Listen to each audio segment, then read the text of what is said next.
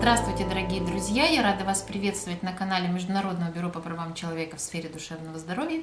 И я его президент Софья Даринская. Сегодня я с вами хочу поговорить на такую интересную тему, как жить с сумасшедшими. Поскольку я являюсь, в общем-то, ярким примером антипсихиатрического движения, мне иногда кидают, так сказать, реплики, что «а попробовала бы ты жить с сумасшедшими, а вот ты не знаешь, а вот мы вот тут вот не спим, не едим, у нас в семье ходит такой вот демон, и что с ним делать?» Значит, во-первых, друзья мои, я не буду вам говорить, что мои рекомендации не основаны на личном опыте. Мы однажды с мужем снимали квартиру, где комнату снимали, и там, так сказать, довесочком оказался сумасшедший дедушка. И вот мы где-то годика полтора имели счастье не просто наблюдать, а, в общем-то, жить с ним в одной квартире.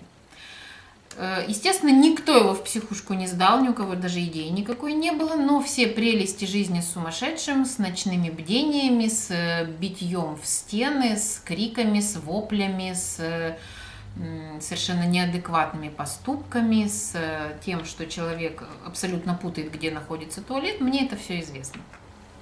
Поэтому я вам сегодня расскажу вообще, какие две существуют принципиальные точки зрения на то, как успокоить человека. Потому что когда вы бок о бок живете с сумасшедшим, первое, конечно, не то, что первое ваше желание, а самое главное, это успокоить человека, нормализовать его сон. И каждый скажет, что вот именно неадекватное психическое состояние, психоз начинается, первое, что демонстрируется, это нарушение сна. И если мы сможем человеку восстановить вот этот вот цикл сна и бодрствования, то абсолютно точно он не выйдет уже на тяжелые, так сказать, он, грубо говоря, не станет сумасшедшим. Итак, как успокоить человека? Есть две позиции, как нам успокоить человека.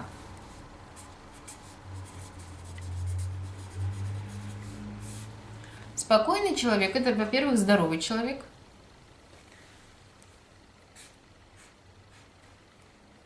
А второй спокойный человек – это мертвый человек.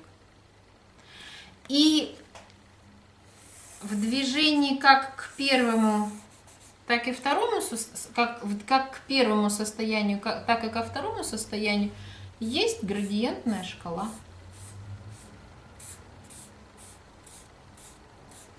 То есть, чем больше нездоров физически человек, тем он более сумасшедший.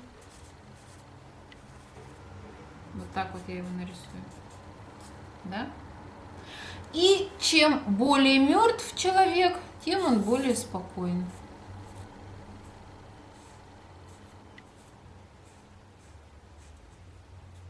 Все, волосики приглажены. Вот. То есть, что вы делаете? Когда вы видите безумного человека, вы абсолютно точно должны понимать, что этот человек страдает конкретной физической патологией.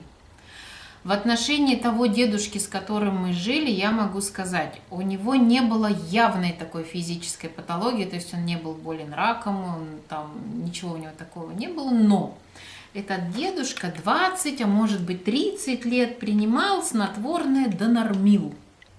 Я вам уже в нескольких видео рассказывала механизм действия вот этих вот препаратов, которые меняют настроение, которые призваны успокаивать и так далее. Я вам абсолютно точно могу сказать, что у этого дедушки была напрочь разрушена нервная передача. То есть нервная система данного человека уже давным-давно перестала работать. И с точки зрения медицины он был болен, его тело было разрушено.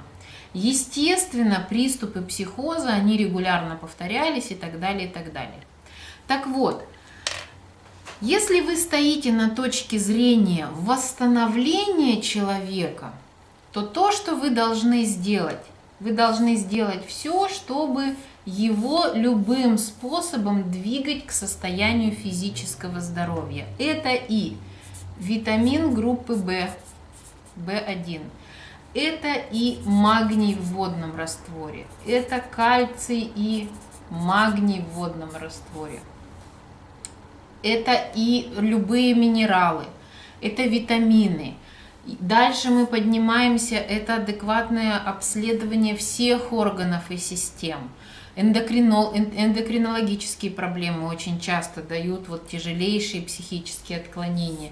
И вы просто разными путями двигаете всеми своими действиями, подталкиваете человека к выживанию. И это одна позиция, на которой можно стоять, чтобы помочь человеку, который вам мешает, который не спит, который плохо себя ведет. Вторая позиция, это опять же существует градиентная шкала, как добить, грубо говоря, человека, да? Самое легкое это растительные успокоительные типа валерьянки. Валерьянка, она ничего не лечит, она не восстанавливает нервно-мышечную передачу, она ничего не делает. Это очень легкий растительный седативный препарат, у нее нет побочных эффектов, хотя если вы, может быть, начнете ее пить ведрами, вы получите прямо наркотический эффект, скорее всего, да? Ну вот валерьяночка. Дальше идет ниже, дальше идут вещества посерьезнее, уже какие-то таблетки, пусть растительные. Дальше уже ниже мы двигаемся по градиентной шкале, мы уже к психиатру пошли. Вот нам уже прописывают разные психиатрические вещества.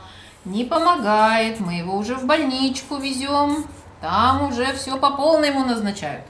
Там ему ставят уже маниакально-депрессивный психоз, шизофрению, все что угодно, да? И там уже подключается тяжелая артиллерия в виде антипсихотиков, галоперидола, там и так далее, и так далее. И все, и через некоторое время у нас человек отправляется на кладбище. Поэтому для того, чтобы понять, как успокоить человека, каждому, кто с этим соприкасается, нужно решить для себя один вопрос. Как сказал герой фильма «Побег из Шоушенка», I guess it comes down to a simple choice, really. Get busy living, or get busy dying.